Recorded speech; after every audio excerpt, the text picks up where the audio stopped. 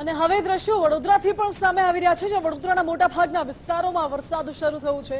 ગોત્રી, માંજલપુર, સયાજીગંજ વિસ્તારમાં વરસાદ પડ્યો, તો રાવપુરા, દાંડિયા બજાર અને છાણીમાં પણ વરસાદ વરસ્યો છે। આજવા રોડ વિસ્તારમાં પણ ધોધમાર વરસાદ પડી રહ્યો છે।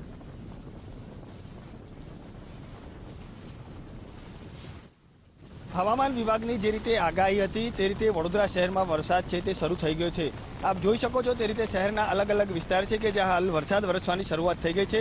શહેરના સયાજીગંજ, રાવપુરા, અકોટા, દાંડિયા બજાર તેમજ જે છાણીનો જે વિસ્તાર છે કે જ્યાં હાલ વરસાદ વરસવાની થઈ ગઈ છે। જો કે હાલ જે આકાશ છે તે પણ કાળા ડિબાંગ જે વાદળો છે તેનાથી ઘેરાયેલું છે।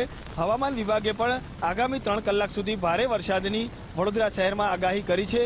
ચોક્કસથી કહી શકાય કે જે રીતે વરસાદ વરસી રહ્યો છે તેને જોતા શહેરના જે નીચાણવાળા જે વિસ્તારો છે ત્યાં પણ હાલ પાણી ભરાવાની શરૂઆત થઈ ગઈ છે। અને હાલ આ દ્રશ્યો જોઈ શકો છો કે સયાજીગંજ વિસ્તારના દ્રશ્યો છે કે જ્યાં હાલ વરસાદ છે તે ધોધમાર રીતે વરસી રહ્યો છે। ચોક્કસથી કહી શકાય કે જે રીતે સમગ્ર રાજ્યની અંદર વરસાદી માહોલ જામ્યો છે તે રીતે વડોદરા શહેરમાં પણ આજે વહેલી સવારથી જ ધીમી ધારે વરસાદ વરસ્યો હતો, પરંતુ બપોર બાદ અચાનક આ જે વરસાદ છે તેણે પોતાની જે બેટિંગ છે તેની ધમાકેદાર રીતે શરૂઆત કરી છે।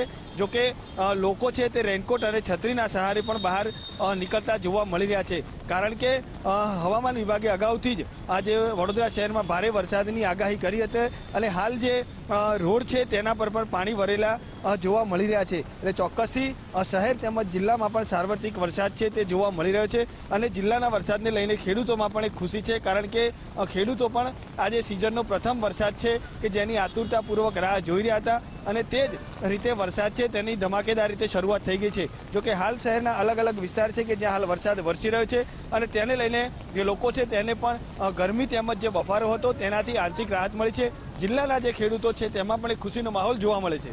કેમેરામેન ડીકે સોલંકી સાથે અલ્પેશ સુથાર, ગુજરાત ફર્સ્ટ।